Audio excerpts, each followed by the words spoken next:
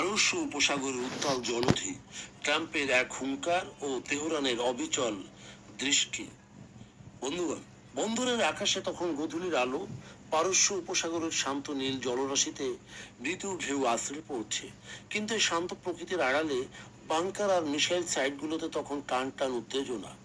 Islamic revolutionary গার্ডের অর্থাৎ IRGC-র তরুণ navy officer রেজার চোখ তখন রাডার স্ক্রিনে।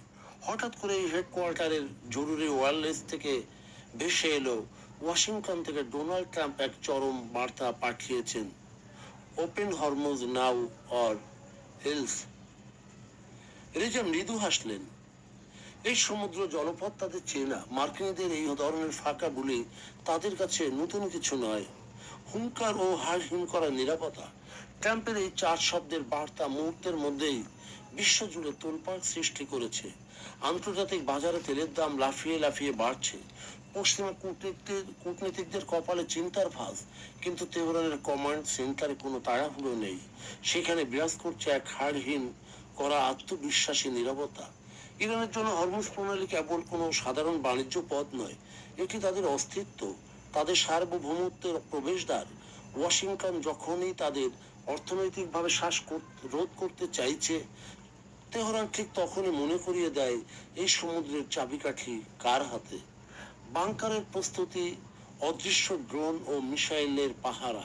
উপসাগরীয় যে অঞ্চল, সেটি উপকূলীয় পাহাড়ের গভীরে তৈরি কোনো টানেলগুলোতে তখন নিঃশব্দে প্রস্তুত করা হচ্ছে ইরানের নিজস্ব প্রযুক্তির ড্রোন আর হাইপারসনিক মিসাইল।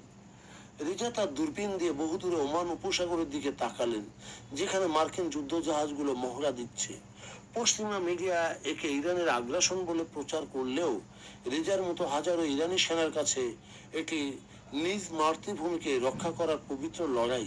তারা জানেন কোনো বিদেশি শক্তি এসে এই অঞ্চলের শান্তি বজায় রাখতে পারবে না, যদি না তারা ইরানকে বা ইরানের অধিকারকে স্বীকৃতি দেয়। যদি তারা স্বীকৃতি না দেয়, তাহলে সেটি সত্যি অশান্তির কারণ হবে।